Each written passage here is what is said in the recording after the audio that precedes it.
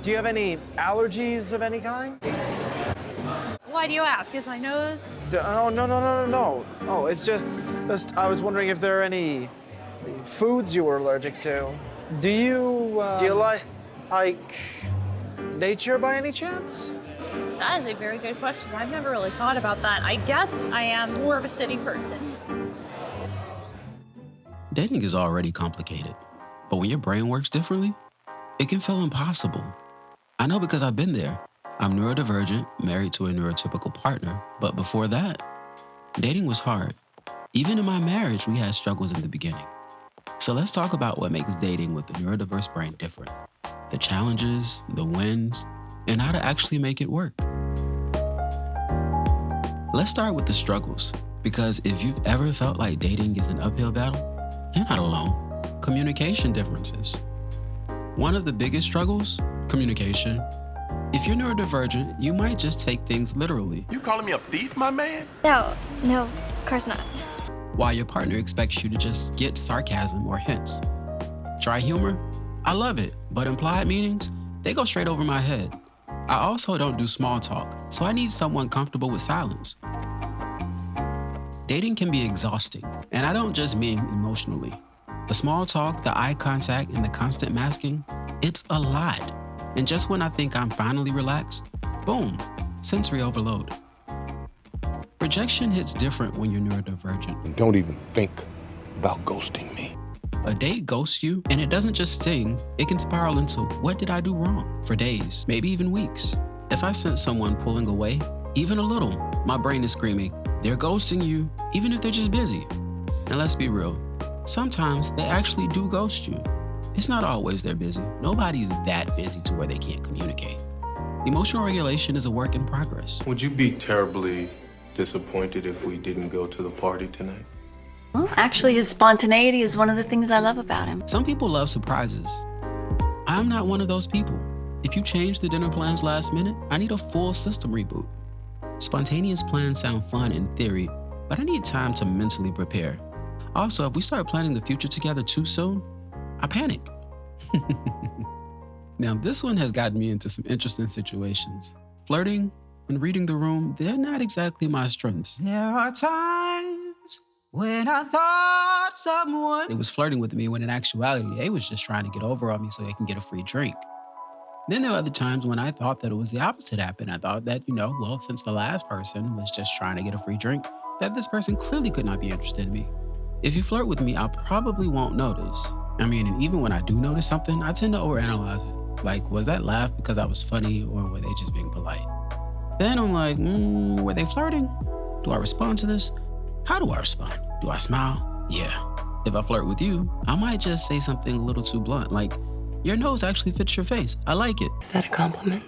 I once told someone, I like your flaws. They make you more attractive.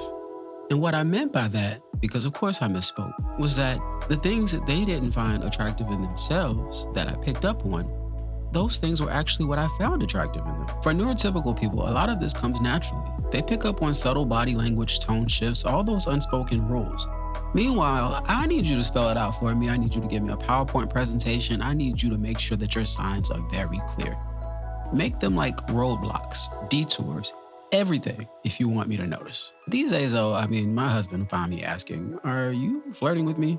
Because I can't tell sometimes. I honestly can't. It's just hard for me to eat with you making that much noise. What's the hardest part of dating for you as a neurodiverse person? I'm being blackmailed with a hidden dirty sock.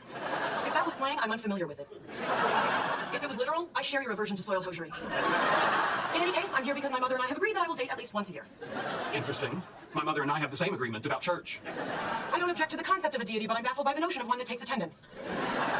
And then you might want to avoid East Texas. Noted. Now, if you're dating someone who's neurodivergent too, there's a level of understanding. And that's not to say that dating someone neurodiverse is going to be a walk in the park. When I'm excited about something, I talk a lot. And if the person isn't into it, I feel like I have to shrink myself down.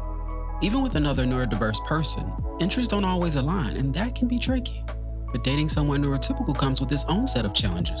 The expectations, the emotional needs.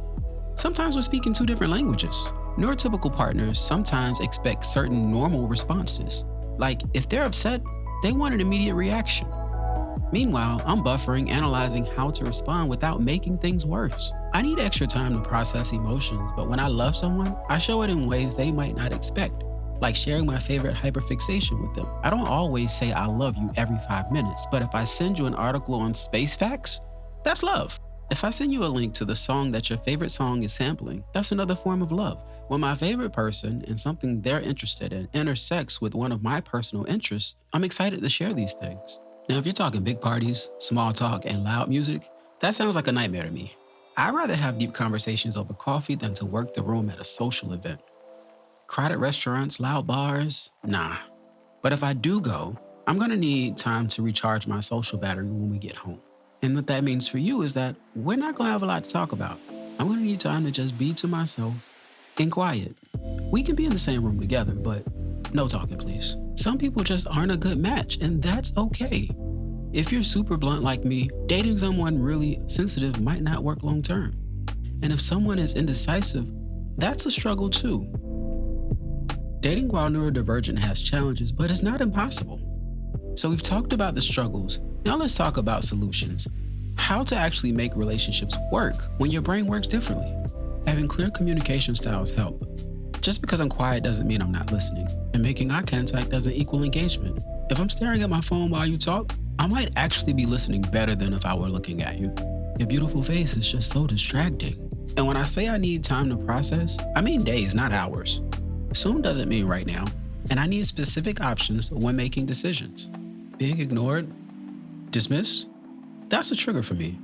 And when I hit sensory overload, I need time to recharge, not more noise.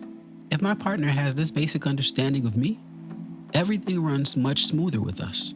Neurodiverse people tend to understand boundaries better, but only if they're self-aware. It's okay to say, I need alone time without feeling bad about it. The best relationships come from curiosity, not frustration. Instead of getting mad when your neurodiverse partner does something differently, ask about it. The more you understand, the stronger your connection. You shouldn't have to change your core self to be loved. You don't need to change who you are. You just need someone who gets you. Someone who's just as excited to hear about your latest hyperfixation as you are to share it. You need someone who doesn't just tolerate your quirks but loves them. You shouldn't have to shrink yourself to fit into someone else's world. A good partner asks questions instead of getting frustrated, and honestly, we need to do the same. Just because someone doesn't get our brain right away doesn't mean they can't learn. So, is dating with a neurodiverse brain hard? Yes, but is it impossible? No. The key is finding someone who respects your needs, communicates clearly, and doesn't expect you to fit into a neurotypical mold. If you related to this, let me know in the comments. What's your biggest struggle with dating? Let's talk about it. And if you want more content like this, hit that button, subscribe, and I'll see you next time.